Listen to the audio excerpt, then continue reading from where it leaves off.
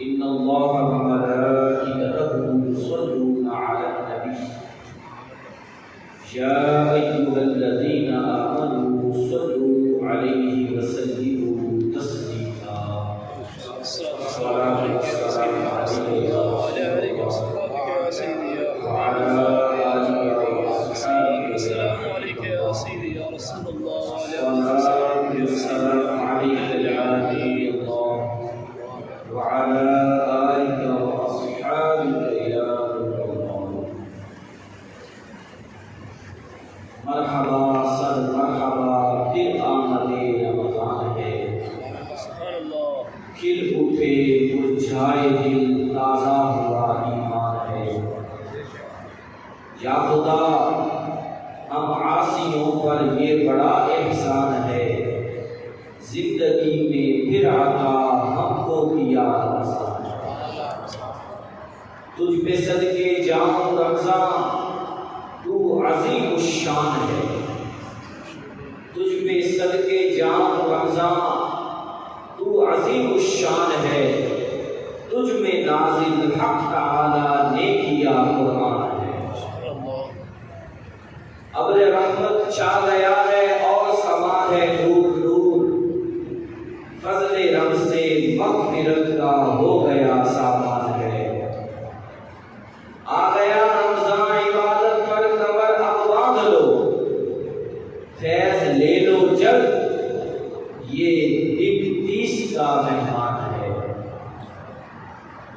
بھائیوں بہنوں کرو سب نیکیوں پر نیکیاں، پڑ گئے دوزخ پہ تالے قید میں شیطان ہے. مرحبا صد مرحبا پھر آمد رمضان ہے. یا الہی تو مدینے میں کبھی رمضان دکھا. آمین. یا الہی تو مدینے میں کبھی رمضان دکھا، مدتوں سے دل میں یہ عطار کے ارمان ہے. مدتوں سے دل میں یہ عطار کے ارمان ہے. میرے معزز اور محترم سامعین کرام، الحمدللہ ثم الحمدللہ 1442 سن ہجری کہ رمضان المبارک کی آج یکم تاریخ ہے. اللہ تبارک و تعالی نے کرم فرمایا اور زندگی میں ایک بار پھر ہمیں ماہ رمضان نصیب فرمایا. ماہ رمضان کے فضائل اور برکات کیا ہی بات ہے. قرآن کریم بھی ماہ رمضان کی برکتوں کا بیان فرما رہا ہے. احادیث مبارکہ بھی ماہ رمضان کی فضیلت سے مالا مال ہے. صحابہ و تابعین کے اقوال سے بھی ماہ رمضان کی فضیلت کا اظہار ہے. جی ہاں، اللہ رب العالمین پارہ نمبر 2 سورہ بقرہ آیت نمبر 185 میں ارشاد فرماتا ہے: شہر رمضان الذی انزل فیہ القرآن. رمضان کا مہینہ وہ ہے جس میں قرآن اتارا گیا. ہدی للناس، یہ قرآن لوگوں کے لیے ہدایت ہے. وبینات من الہدی والفرقان، ہدایت اور فرق کرنے والی واضح واضح نشانیاں ہیں. سبحان اللہ. نبی مکرم صلی اللہ تعالی علیہ وآلہ وسلم کا فرمان ہے: جب ماہ رمضان کی پہلی رات آتی ہے، یہ رمضان کا استقبال ہو رہا ہے، تو فرمایا آسمانوں کے دروازے کھول دیے جاتے ہیں. آخر رات تک بند نہیں ہوتے. جو کوئی بندہ اس ماہ رمضان میں کسی بھی رات میں نماز پڑھتا ہے تو اللہ تعالیٰ اسے ہر سجدے کے بدلے 1500 نیکیاں عطا کرتا ہے. سبحان اللہ. اس کے لیے جنت میں سرخ یاقوت کا گھر بنایا جاتا ہے اور اس کے لیے صبح سے شام تک 70,000 فرشتے مغفرت کرتے رہتے ہیں۔ ایسے شخص کو جنت میں ایک ایسا درخت عطا کیا جائے گا کہ اس کے سائے میں گھڑ سوار 500 برس بھی چلتا رہے تو اس کا سایہ ختم نہ ہو۔ سبحان اللہ، سبحان اللہ، یہی فضیلت ہے۔ اور احادیث مبارکہ سنیے، پیارے آقا علیہ السلام نے فرمایا اللہ تعالیٰ نے میری امت کو رمضان کے اندر 5 ایسی چیزیں عطا فرمائی جو کسی اور نبی کی امت کو نہیں عطا فرمائی۔ نمبر 1، جب رمضان کی پہلی رات آتی ہے تو اللہ تعالیٰ میری امت کے بندوں کی طرف نظر رحمت فرماتا ہے۔ اور اگلے الفاظ بڑے قیمتی ہیں، فرمایا اور جس کی طرف رب ایک بار نظر رحمت کر دے اللہ اسے کبھی عذاب نہیں دیتا۔ فرمایا شام کے وقت یہ دوسری چیز جو روزہ دار کے منہ سے بو آتی ہے، بظاہر وہ بو ہوتی ہے لیکن فرمایا اللہ کے نزدیک وہ بہترین خوشبو یعنی مشک اور کستوری سے بھی بڑھ کر فضیلت ہے۔ تیسری بات، فرشتے ہر رات روزہ دار کے لیے بخشش کی دعا کرتے ہیں۔ اللہ تعالیٰ جنت کو سجدے کا حکم دیتا ہے اور فرماتا ہے اے جنت ان لوگوں کے لیے تو اپنے آپ کو آراستہ کر جو رمضان میں مشقت اٹھاتے ہیں کہ میں تیرے ذریعے اپنے بندوں کو راحت عطا کروں۔ اور جب ماہ رمضان کی آخری رات آتی ہے تو اللہ تبارک و تعالی جتنے بندوں کو چاہتا ہے سب کی مغفرت فرماتا ہے۔ ایک شخص کھڑا ہوا، اس نے عرض کی کیا اس سے مراد لیلۃ القدر ہے؟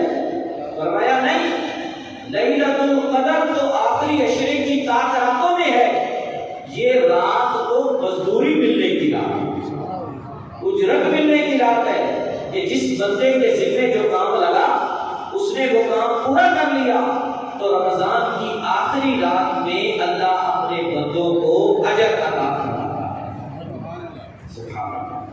ایک حدیث پاک میں فرمایا 5 نمازیں اسی طرح جمعہ اگلے جمعے تک، پھر فرمایا رمضان اگلے رمضان تک کے گناہوں کا کفارہ ہو جاتا ہے جب تک کہ بندہ کبیرہ گناہوں سے بچتا رہے۔ یعنی یہ جو چھوٹے چھوٹے گناہ ہوتے ہیں نا، صغیرہ گناہ، یہ تو یوں ہی نیکیوں کے صدقے ہی معاف ہو جاتے ہیں۔ مثال کے طور پر فجر پڑھی، اس کے بعد ظہر پڑھی، فجر اور ظہر کے درمیان جو صغیرہ گناہ ہوئے، چھوٹے چھوٹے گناہ، اللہ تبارک و تعالیٰ وہ ان نیکیوں کے صدقے ہی معاف فرما دیتا ہے۔ لیکن جو کبیرہ ہیں، بڑے گناہ، ان سے بچنے کا حکم ہے۔ مثلا جھوٹ بولنا، غیبت کرنا، مسلمان کو دھوکہ دینا، والدین کی نافرمانی کرنا، اور بھی بہت ساری ہیں وغیرہ۔ ایک حدیث پاک میں فرمایا اگر بندوں کو رمضان کی قدر معلوم ہو جائے تو میری امت یہ تمنا کرے کاش پورا سال ہی رمضان ہو۔ سبحان اللہ۔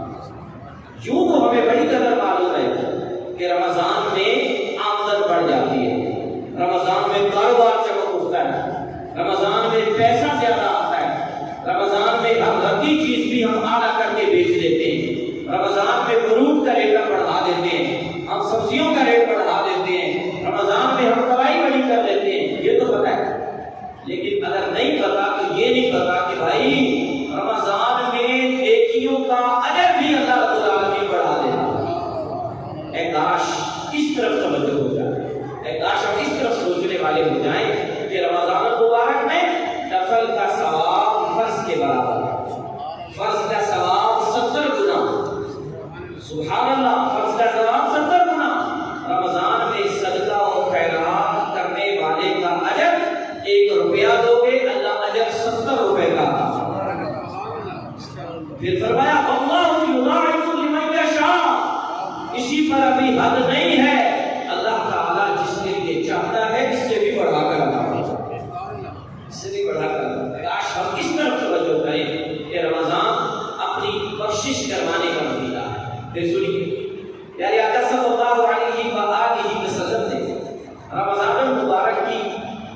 حقیقتیں بیان کرتے ہوئے ایک مقام پر ارشاد فرمایا، رمضان المبارک تمہارے پاس آنے والا ہے۔ یہ ارشاد پیارے آقا علیہ السلام کا رمضان المبارک کے آنے سے ایک رات قبل کا۔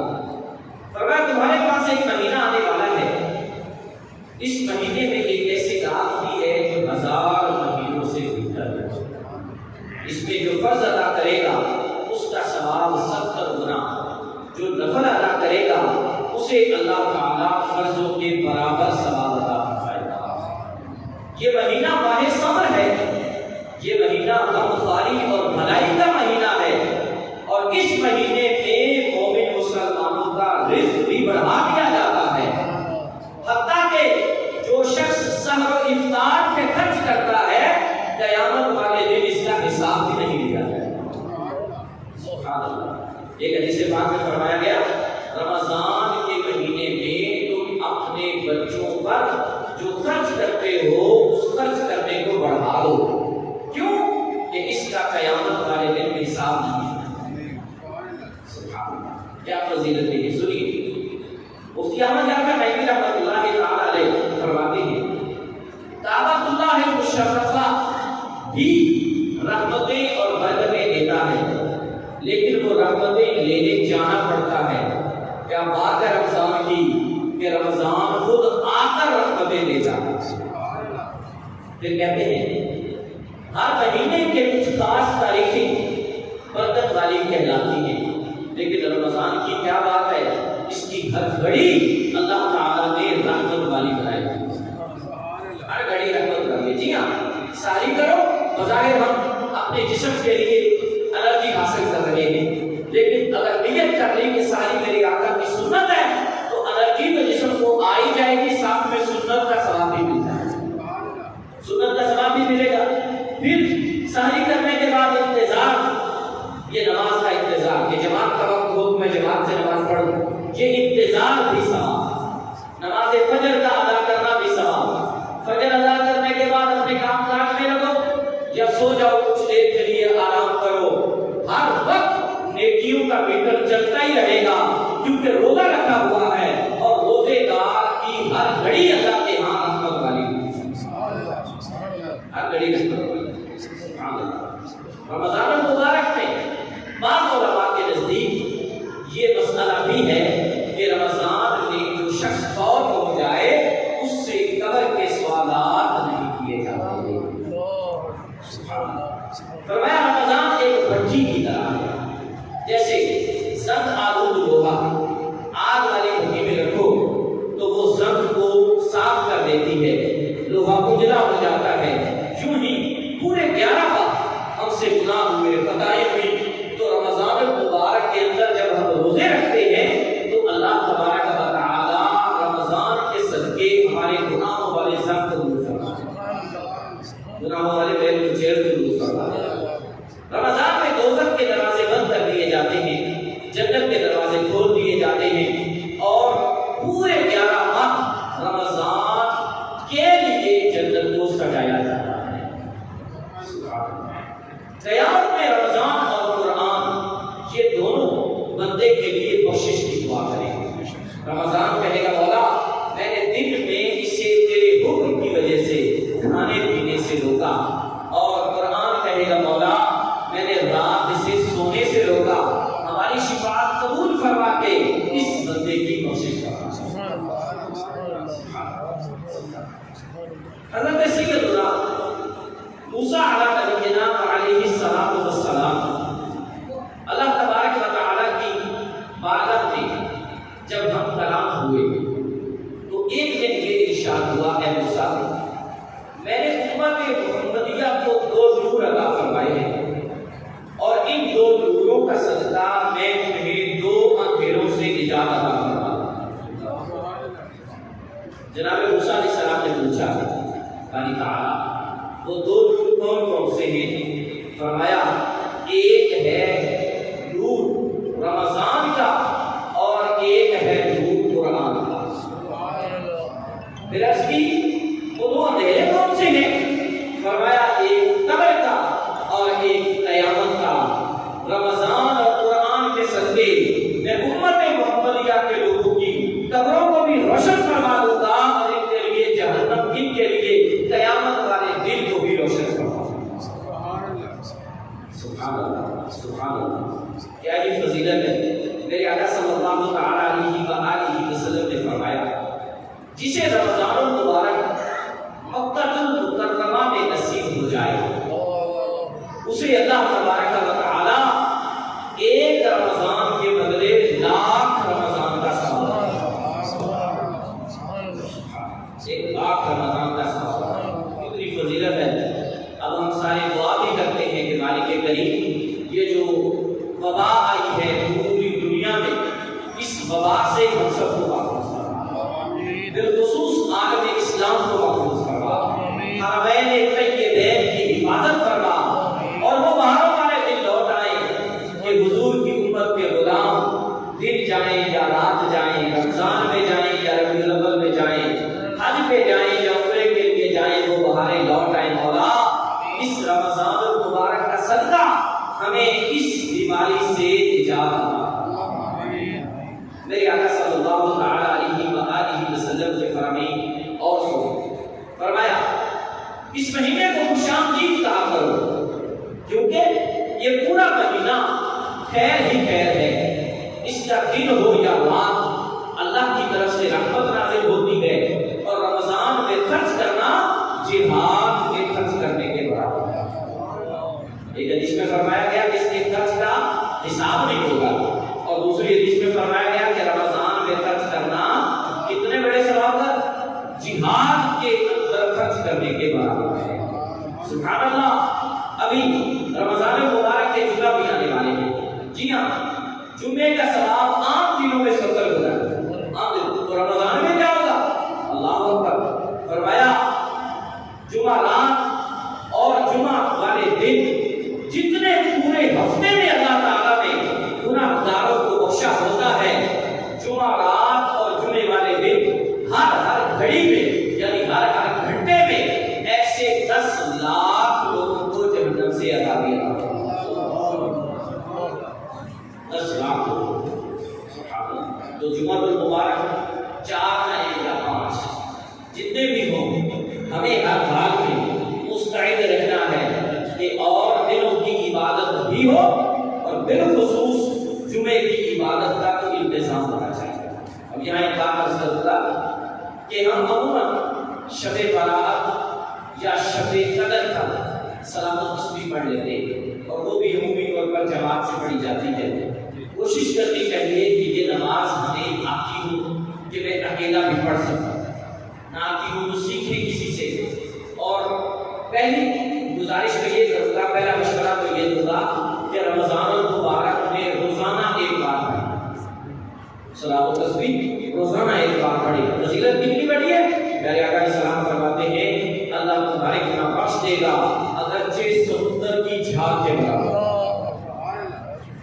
ہو سکے تو روز پڑھیں، نہیں تو کم از کم ایک دن چھوڑ کر پڑھیں، یہ بھی نہیں تو اتنا تو ضرور ہو کہ رمضان کے 4 جمعوں میں ہر جمعے میں اہتمام کر لیں، کہ جمعہ پڑھ کے آپ پڑھ کر چلے جائیں، یا جمعے سے پہلے آ جائیں، یا جب بھی آسانی ہو تو یوں رمضان المبارک کے جمعات کو بھی فارغ نہیں چھوڑنا، جمعے کو سو کر نہیں گزارنا کہ باقی دنوں میں تو کام کر لیتا ہے، جمعہ سارا دن سو کے نہیں گزارنا، بلکہ جمعہ کو دیکھیں اکٹھے کرنے کا دن۔ تو جمعہ المبارک اور بالخصوص پورے رمضان میرے آقا علیہ الصلوۃ والسلام عام حالات میں بھی بہت زیادہ سخی تھے حضور، میرے پیارے آقا علیہ السلام کی امت میں حضور سے بڑا کوئی سخی نہیں، میرے آقا سے بڑا کوئی سخی نہیں۔ سنیے گا ایک روایت، اصل کی نماز پڑھائی رسول اللہ علیہ السلام نے، اور دعا کیے بغیر ہی صحابہ کرام کی صفیں چیرتے ہوئے اپنے حجرے میں تشریف لے گئے۔ صحابہ بیٹھے ہوئے ہیں کہ پتہ نہیں کیا ضروری کام ہے، تھوڑی دیر بعد آقا واپس تشریف لایا، اور آ کر چہروں کے تاثرات کو دیکھا تو فرمایا تمہیں حیرانی ہو رہی ہے؟ عرض کی جی۔ فرمایا گھر میں کچھ سننا پڑا رہ گیا تھا جو کہ صدقہ کرنا تھا، اللہ کی راہ میں دینا تھا، مجھے یاد آ گیا تو میں نے کہا غروب آفتاب سے پہلے اسے میں اللہ کی راہ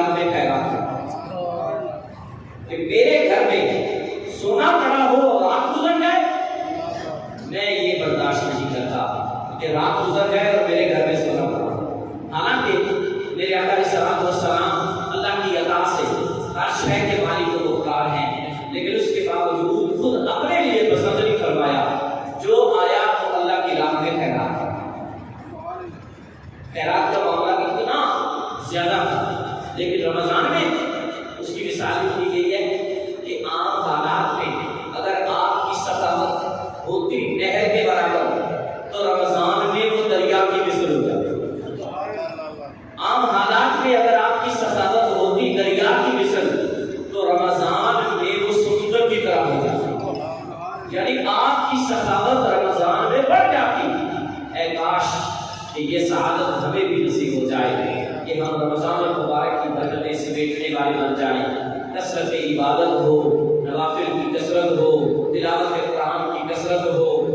جو ایسے بھی خوش نصیب ہیں جو روزانہ آدھا آدھا قرآن، پورا پورا قرآن، جی ہاں ایسے بھی خوش نصیب ہیں کہ چلے کم کریں گے تو 1 پارہ 2 پارہ اتنا تو ہونا چاہیے کہ روزانہ کا 1 پارہ تلاوت کرنے والا میں بھی بن سکتا ہوں. ادھر سے 30 دن پورے ہوں اور ادھر سے میرا قرآن بھی پورا ہو جائے.